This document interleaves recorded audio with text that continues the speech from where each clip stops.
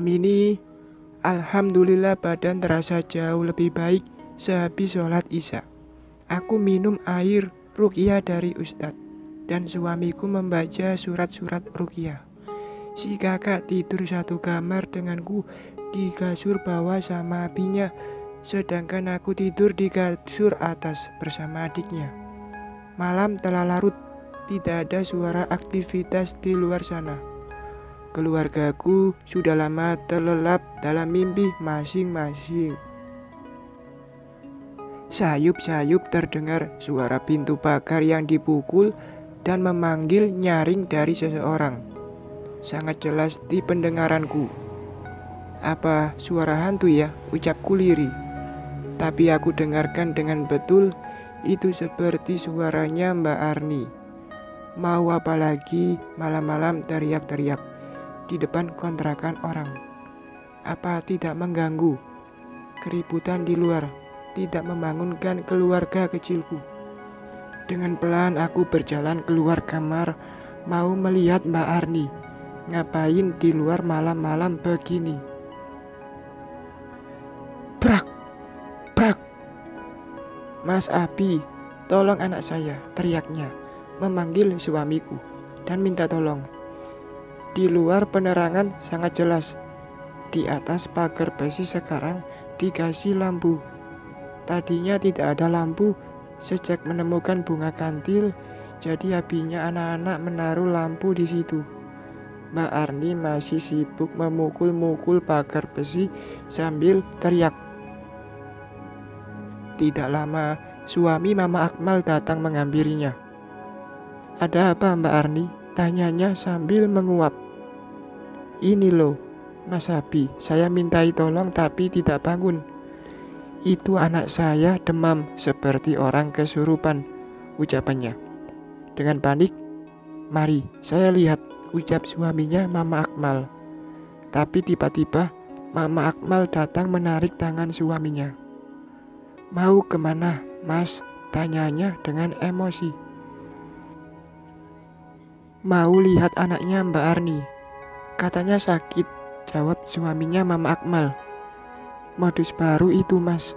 Kemarin suaminya si Rina dijebak sama Mbak Arni dengan modus minta tolong sampai cerainya tuh orang. Omel Mama Akmal. Mendengar keributan, tetangga yang lain pada datang. Aku masih di depan pintu yang sedikit terbuka. Mama Akmal, saya tidak sedang modus. Anaknya sedang sakit, tumben tidak mencak-mencak. Suaranya lirih sampai tidak terdengar. Kegaduhan terjadi di kontrakan Mbak Arni. Jeritan Inces mengagetkan warga. Serempak beramburan ke kontrakan Mbak Arni. Dengan rasa khawatir, aku pun mengekor di belakang mereka. Ya Allah, liriku. Di dalam kontrakan Mbak Arni, Inces sedang guling-guling di lantai. Mulutnya berbusa, matanya mendelik sampai meneteskan air mata. Aku melihatnya.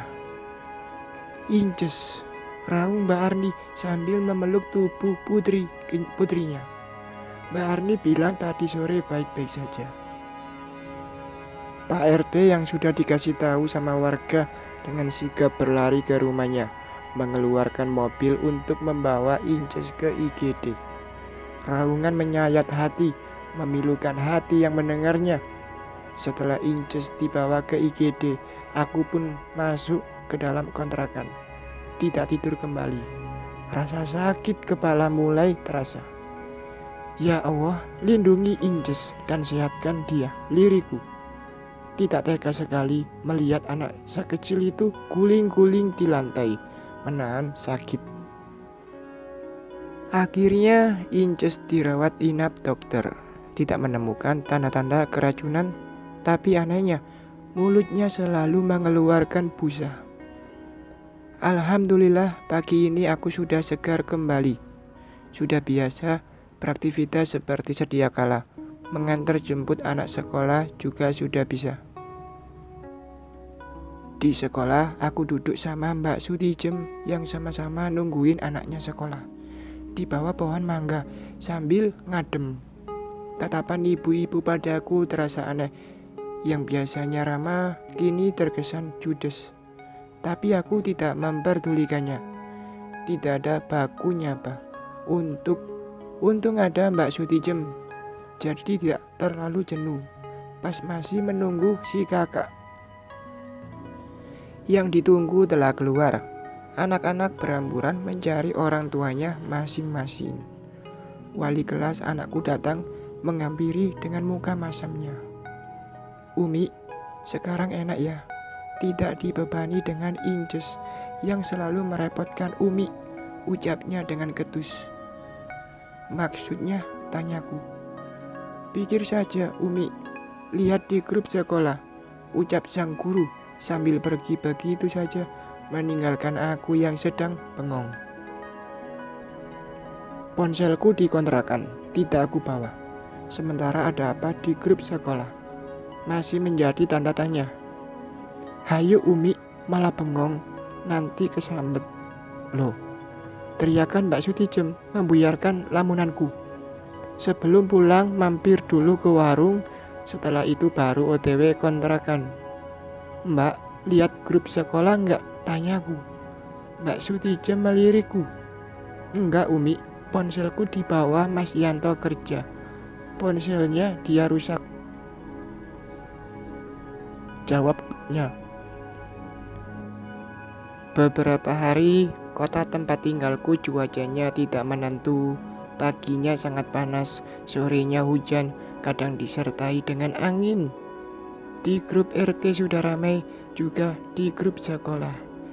Inces anaknya Mbak Arni menghembuskan nafas yang terakhir pada subuh tadi. Inna ilaihi wa inna ilaihi rojiun. Aku hanya mengenang setiap Inces dititipkan sama ibunya. Aku selalu menolak, bukannya tidak mau dititip Inces. Kalau buat 1 jam, lah ini sampai seharian. Jenazah akan dimakamkan di kota ini juga. Sebelumnya akan disolatkan di masjid di atas. Abinya anak-anak yang jadi imamnya. Di rumah Mbak Arni sudah ramai dengan tetangga yang melayat. Ada ayahnya Inces yang sibuk menyalahkan mantan istrinya itu yang tidak bisa mengurus anak. Acara pemakaman Inces berjalan dengan lancar. Inces sakit asam lambung kronis. Kasihan sekali. Mungkin sering telat makan atau seperti apa. Tidak ada acara tahlilan, hanya beberapa tetangga yang datang setiap sorenya untuk menemani Mbak Arni. Mbak Arni sendiri seorang perantau yang jauh dari keluarganya, sama sepertiku. Sejak meninggal, Inces aku sering di dalam rumah. Walaupun badan ini sudah sehat seperti sedia kala, Mbak Arni menangisi anaknya hanya beberapa hari saja. Kesannya seperti biasa, dengan pakaian kurang bahan dan full bedak, jalan berlenggak-lenggok seperti bebek. Umi, panggil Mbak Sarah, sambil nyuapin makan cinta anaknya, yang sudah mau 2 tahun umurnya. Kok ngelamun saja, Mi? Nanti kesambet deh, tanya Mbak Sarah. Aku tersenyum sambil mengelap mulut cinta yang belepotan. Selesai makan, cinta pun main sama si adik, sementara sulungku sedang sibuk belajar. Umi, lihat tuh, aku mengikuti arah dagu Mbak Sarah. Ternyata menunjuk sama Mbak Arni yang baru turun dari ojek. Ya Allah, pakaiannya. Aku tidak meresponnya lagi. Sudah tahu dari kemarin pakaiannya seperti itu, tidak patut dicontoh atau dilihat. Yang diperhatikan malah belok masuk ke dalam kontrakanku dengan tersenyum sinis. Kasihan sekali Inces, meninggal dunia karenamu, ucap Mbak Arni ngabur sambil menunjuk wajahku. Aku diam, tidak meresponnya. Mulutnya bau, bikin sesak napas. Ini bau minuman keras, entah bau apa. Mbak Arni mabuk ya? Tanya Mbak Sarah sambil menutup mulutnya. Bau busuk. Sarah, kamu jangan sok tahu dan sok bersih ya, ucap tetangga depan kontrakanku itu. Tidak terima dikatain bau.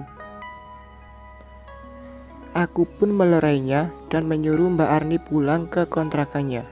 Dengan terseok-seok, Mbak Arni pun pulang ke kontrakannya. Mabuk sepertinya Umi, ucap Mbak Sarah geram. Sepertinya iya Mbak Sarah, mulutnya bau sekali. Huek. Malam ini, dari sore bumi diguyur hujan. Sesekali kilatan petir menyambar-nyambar. Kedua anakku sudah dari tadi terlelap, meraih mimpi yang indah lewat tidurnya. Suamiku sedang memuroja di dalam kamar sambil ngemil biskuit. Tiba-tiba pintu depan ada yang mengetuknya. Tok, tok, tok. Aku beringsut turun dari tempat tidur untuk melihat siapa yang sedang bertamu. Siapa, Umi? Tanya abinya anak-anak. Gak tahu, Bi. Aku membukakan pintu. Ternyata Mbak Arni yang datang dengan baju tidur bahan satin yang sangat transparan, sampai terlihat jelas lekuk tubuhnya. Astagfirullah, untung bukan suamiku yang membukakan pintu, gumamku sambil membuang muka. Malu rasanya ngelihatnya. Umi, aku takut tidur di kontrakan sendirian. Kadang aku suka melihat Inces berlari-lari di kontrakanku. Aku mau nginap malam ini saja di kontrakanmu, ucapnya memelas. Aku sangat yakin wanita di depanku ini ular. Mbak Rina sampai bercerai dengan suaminya gara-gara suaminya dijebak tidur bareng dengannya. Boleh, Umi? Tidak boleh, Mbak. Tidak ada kamar juga. Mau tidur di mana mbaknya? Dan saya tidak mungkin memasukkan ular yang licik ke dalam rumah saya, jawabku dengan tegas. Umi tega sekali sama tetangga. Aku beneran sangat ketakutan, ucapnya sambil menggoyangkan badannya sampai auratnya bergoyang-goyang. Sangat geli aku melihatnya, bukan kasihan. Silakan pulang, Mbak. Saya mau istirahat. Tanpa menunggu jawabannya, aku menutup pintu. Kalau menunggu Mbak Arni pulang sendiri, mungkin sampai pagi tetap berdiri di depan pintu. Aku masuk ke dalam kamar. Tidak lagi aku dengar ocehan Mbak Arni. Mungkin sudah pulang. Siapa, Umi? Tanya suamiku. Mbak Arni tadi, Bi, curhat sebentar lalu pulang, jawabku. Suamiku diam, tidak bersuara lagi. Air hujan sisa semalam meninggalkan banjir di kebun miniku. Sebagian ada yang tercabut. Umi, kebunnya hancur, ucap suamiku sambil tersenyum miring. Iya, Umi, tadi kakak lihat di depan kebanjiran, timpal si kakak. Aku tersenyum melihat bapak dan anak itu. Wajahnya tidak jauh berbeda seperti pinang dibelah dua. Tidak apa-apa. Insya Allah Umi rapikan, jawabku. Kalau capek tidak usah. Nanti Abi nyuruh Mas Yanto saja. Tidak usah, biar Umi saja yang bersihkan. Cuaca mendukung, berkelayut manja. Matahari seolah enggan menampakkan kehangatannya. Aku berjibaku dengan tanamanku yang sepertinya sengaja ada yang merusaknya. Umi, hello, sepada. Assalamualaikum, sapa Mbak Sutijem. Kebunnya rusak, Umi. Iya, Mbak, bantuin sini. Pohon lombok yang beberapa pohon tumbuh tercabut sama akar-akarnya. Belum lagi pohon sawi yang baru tumbuh semua rebah. Daun sop dan kemangi nasibnya tidak beda jauh. Kebun yang selama ini dijaga dan disayang hancur dalam sekejap. Mbak Sutijem dengan cekatan membantuku. Tidak lama Mbak Ida ngelapak di depan kontrakan. Towet, towet. Sayur, "Yur!" teriaknya. Tetangga yang sangat hafal dengan suara Mbak Ita datang beramburan. Aku dan tetangga cantikku baru selesai membersihkan kebun tersebut sampai bersih. "Ya Allah, Umi, padahal tidak ada angin kencang loh. Tapi kenapa kebunnya hancur seperti ini?"